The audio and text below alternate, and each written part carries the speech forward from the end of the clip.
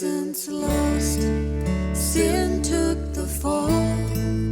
Love gave a gift most precious of all.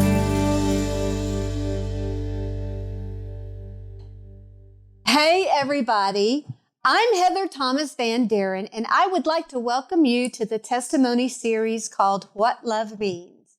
Real stories from people just like you.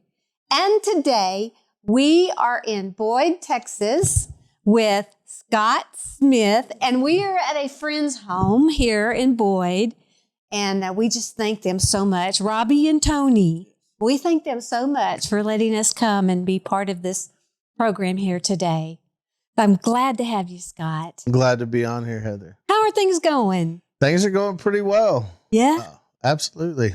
Well, I know you have a lot to cover today. I do. And let's just get right into it with your testimony, because that is the majority of your story, is how you came to be saved. So start talking about that, and let's see where we go from there. Okay. So, my dad went to prison whenever I was 11 years old. Then I turned to drugs and drinking and running the streets, and really kind of just lost my way and started doing my thing like that. And it turned into a 17-year-long drug addiction, in and out of jail. I'm an ex-gang member, been to prison twice. And so whenever I was 28, I had been addicted to methamphetamine for 17 years. That's a long time. Yeah, it's a long time. And I started off originally selling it to support my habit, and then it turned into making it and distributing it.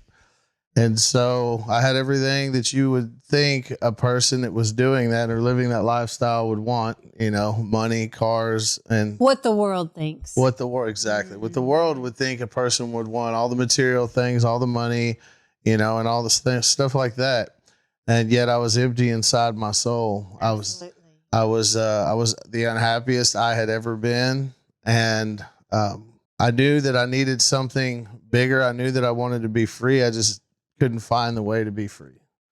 And so one day I was sitting there, and I'd pushed away everybody in my family, pushed away just about all the friends that I had at the time. And I was in a place where I just wanted to die because I could stop using. And so one day I was sitting there making some meth, and I decided to take a syringe and put 40 units of muriatic acid in it. If you know anything about muriatic acid, it coagulates your blood. So immediately my arm started on fire, and the pain went all the way up my arm, all the way up to my chest. And I thought that was fixing to be the end of it.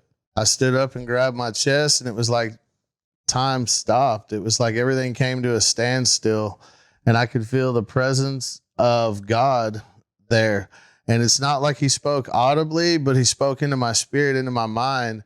And I had no doubt that it was Jesus Christ. I had no doubt that he was there in that room. I had no doubt why he was there. He was there to save me. And it's like I felt something reach into my chest and then tug. And at that point, all the pain, all the chest pain, everything just completely disappeared.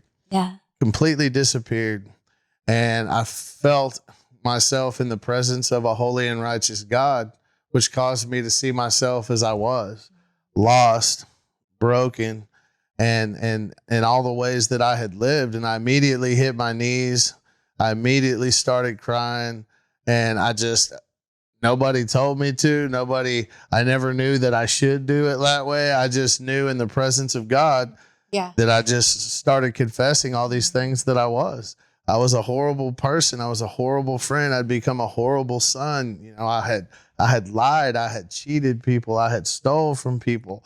I had hurt people. I had done many, many, many bad things. And I remember being on my knees in that house, and there's several people surrounding me, just watching me cry and scream out to the Lord. And I remember crying, and I remember I was weeping so strong that I was on my hands and knees on the floor. I literally had snot hanging all the way down to the floor, and I was just crying out. And I remember telling him, I remember crying out, Lord, I said, I know you didn't make me this way. I know Right. that your plan for me is not to be this horrible thing that I've become, Lord. And I said, but Lord, if you will save me, and if you will come into my life and save me and deliver me from being a drug addict, I said, I will serve you for the rest of my life. And that moment, in that instant, it was like I felt like a dump truck had literally drove off of my chest that had been sitting there my whole life. Yeah. I felt like weightless. It felt like I was floating. And I had this immense, overwhelming sense of peace. Yeah. And I felt free. I felt saved. I felt washed, and I felt clean. And I remember sitting up, I wiped my eyes, and I remember I stopped crying, and I remember they came up to me and they thought I was crazy. They said, Scott, how many days you been up now? You know, how much drugs you been doing? You're talking about all those people that are... All the people that was in the house when I was making the drugs. Yeah. They thought I was high because I told them, I said, man, I'm great. Yeah. I said, I've had an encounter with Jesus Christ. And they thought, no, you need to go to sleep. I said, no. I said, I really met Jesus. That's awesome. And so I wanted to quit. And so from that day forward, I was delivered immediately from the desire to do drugs and to live that lifestyle. I immediately wanted God. I immediately wanted to seek God. And so I knew that God had impressed upon me to stop immediately, to stop making drugs, obviously, and then get rid of them. And but since I hadn't been to a church, I hadn't had any counsel, I hadn't read the Bible, in my unrenewed mind, I thought, okay, well, I'm going to go ahead and I'll just get it all together, and I'll just sell it, and I'll be done with it. And I'll use this money to go live for Jesus. Yeah. One more time. Just one more time. Yeah. Yes. And so I thought, this is what I'll do. But that's okay, because God understands. He did. And he actually used that to put me in a place where I could actually grow and get away from those people in that lifestyle, because I didn't really understand that I needed to completely leave them alone. I just knew that I didn't want to do what they were doing anymore. And so I had gotten everything together, and I had went to go sell it and get rid of it. And I was actually set up, and I was arrested, and I took it to trial. I got 4 99-year sentences. And I remember calling my mom, and I thought to myself, I said, Mom, I said, I just got saved. I said, God just saved me. I said, I was trying to get out of it, and I didn't know any better. Maybe I should have just threw it away. I said, but Lord, have mercy on me. I was trying to do what I knew was best at the time to get rid of it and still have money. And my mom was like, just pray and trust God. And I said, I just got saved. I want to be able to serve the Lord outside of jail. And so I remember hearing the Lord tell me, just follow me and trust me.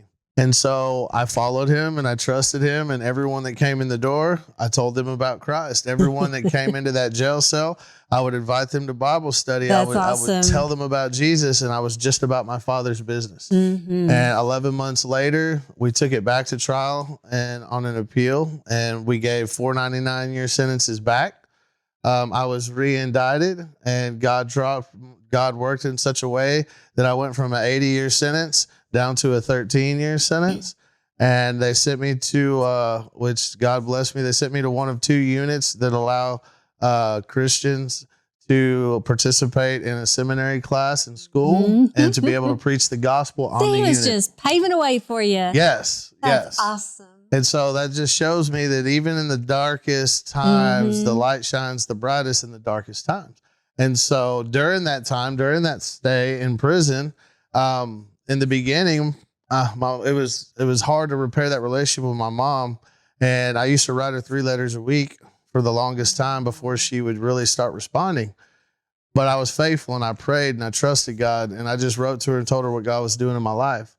Well, 2 years into it, my mom shows up to come visit me, and she starts crying because she says she could see Christ in me. Yeah.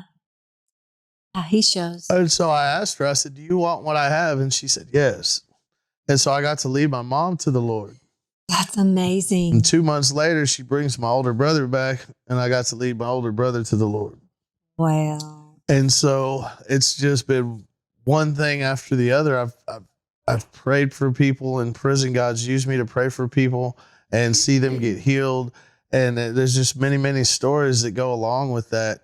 And I remember when we all came up for parole, I was one of 23 people that made parole because I trusted in Christ, and everybody said, "No, you'll not make parole." And I said, "The Lord I serve Lord wants made to a set me way. free from this."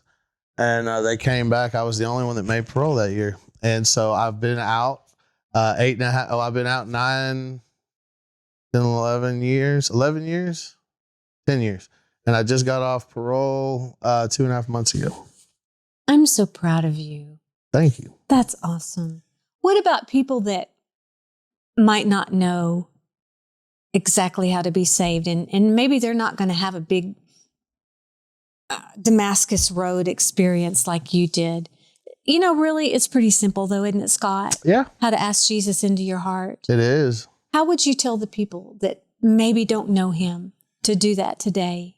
I would say I go out and preach in the streets every Friday, and every Friday I offer people a way of salvation. It's to understand that Christ, we all owe God a sin debt that we can't pay. Yeah. But the Son, Jesus Christ, paid that debt on the cross. He spilt out his blood. He took the full cup of God's wrath upon himself that we might not have to suffer that ourselves. Yeah. And all we have to do is trust in his sacrifice, That's it. be willing to turn from our sin and put our faith and trust in Jesus. And that's what allows us to be saved, be born again, and have a relationship That's with right. God. And then we can call ourselves a Christian right at that moment.